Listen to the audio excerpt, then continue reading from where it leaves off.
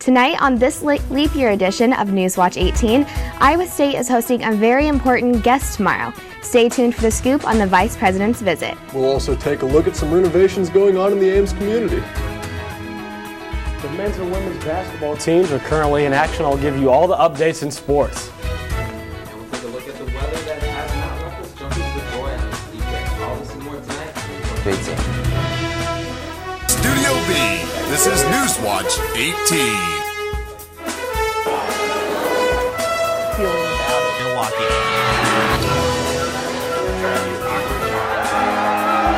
Newswatch 18 starts now.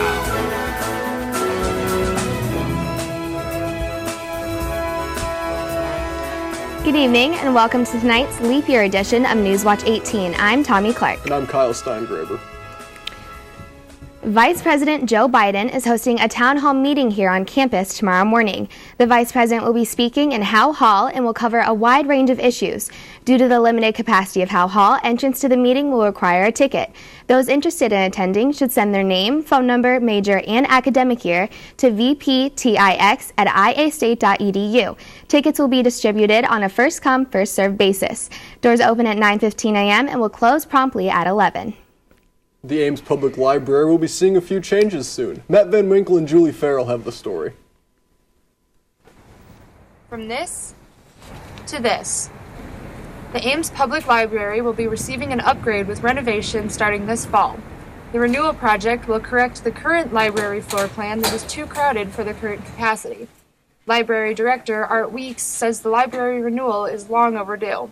The latest edition that we had to this library, the last edition, was in 1985, and back then, well, the activity levels were significantly lower than they are today. We had a book collection of about 120,000. Today we got nearly 230,000. Ames citizens headed for the polls in November with 76% of voters in favor of renewal. Weeks says the library received strong community input. What we found out is they wanted it on this property, right here, and they wanted to maintain the exterior look of the library as it's been built over the years. The renovations are set to start in the fall of this year and will cost approximately $20 million. We're going to gut most of the interior and make it smooth and put on a second level. Part of the building was designed in '85 to accept the second level. And then we have a vacant lot adjacent to the library where we'll put a two-story addition as well.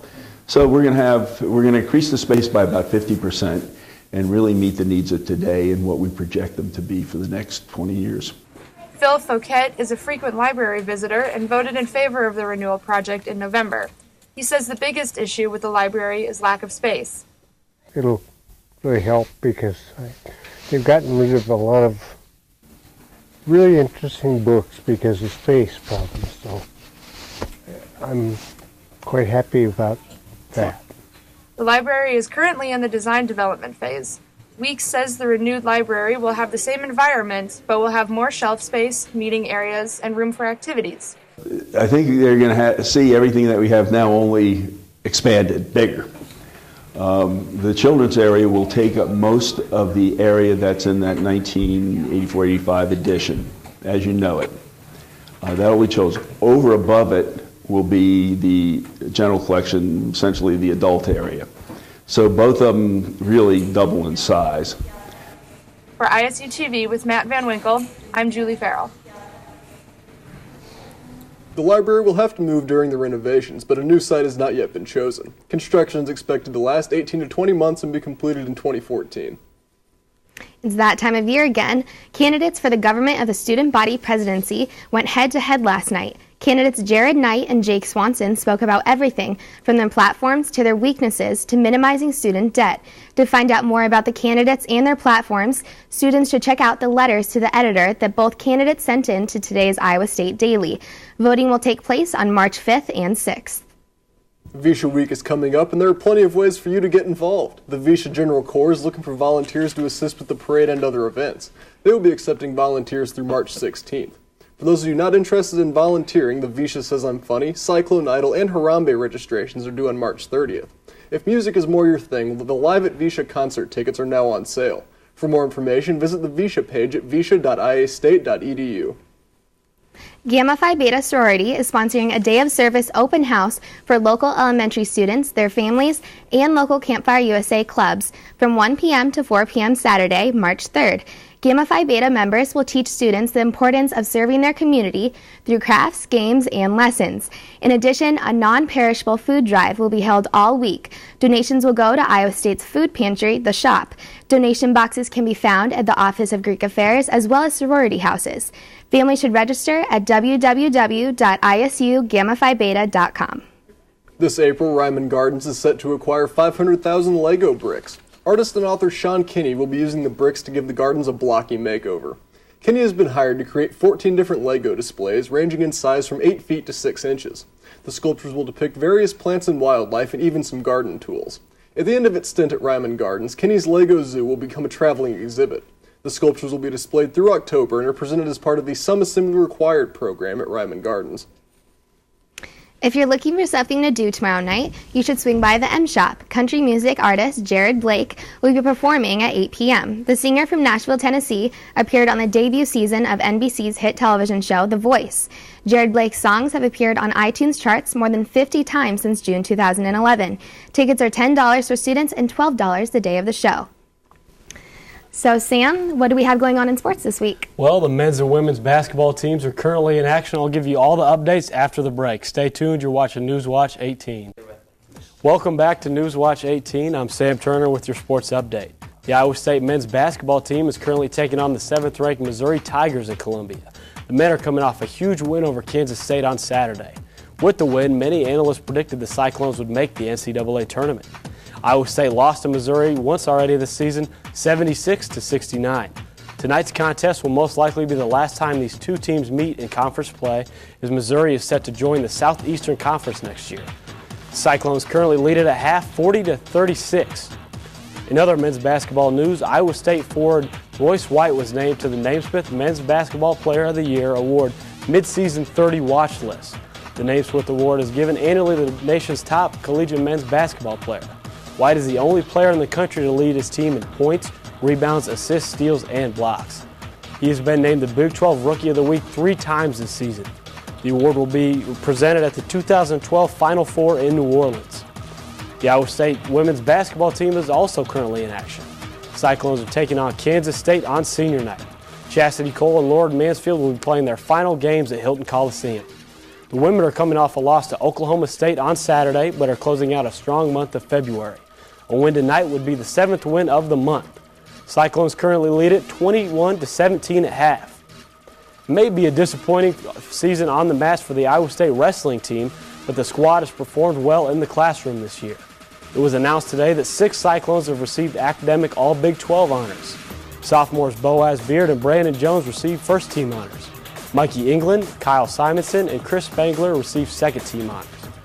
First-team members are comprised of those who have maintained a 3.20 GPA. Second-team members hold at least a 3.0 GPA. And that's all for sports tonight. We'll toss it to weather. Nathan at the weather desk. Thanks, Sam. Well, we saw a crazy weather day today where we saw gusts up to 60 miles per hour, but changes are coming, and your full forecast I'm going to show you after the break. You're watching Newswatch 18. Welcome back to Newswatch. We saw, again, a really crazy weather day out there. It started off as snow, then some freezing rain and some drizzle mixed in, so pretty slushy day out there, and the wind really didn't make it easier for us as we saw gusts up to 60 miles per hour moving that snow around in the freezing rain. So right now here in Iowa, if some can click, it's not clicking through, but again, we saw gusts up to 60, and we were under a high wind warning out there, so we saw pretty crazy weather. Thank you. 36 degrees today. We saw normal is about 39, so we're almost at that normal 40 mark, but tomorrow's March, so we are right around normal. We saw precipitation about 0.3 of an inch out there, but it wasn't that it was not as crazy here as it was down south, as we saw some deadly tornadoes out there. And if we can bring up some pictures, this is out of Branson, Missouri, where they saw an EF2 tornado, and then the next picture is actually in,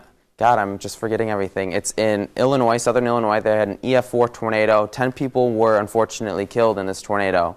So it was pretty deadly out there.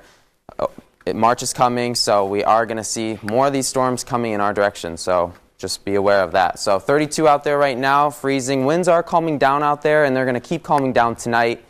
Right around Iowa, we are generally all in the same temperature out there, mid-30s, and it's going to kind of stay mild tonight. We're going to see a big warm-up tomorrow. So midnight tonight, 28 degrees, 8 a.m., 30 degrees, and then by 3 p.m., we're going to warm up to about 50 degrees tomorrow. It depends how much cloud cover we get. If we get more cloud cover, it's going to be a little cooler. So tonight, winds calm down, 24 degrees out there for you, and then tomorrow is going to be a beautiful, beautiful day out there, hitting 50 degrees, 39 on Thursday, or Friday, sorry.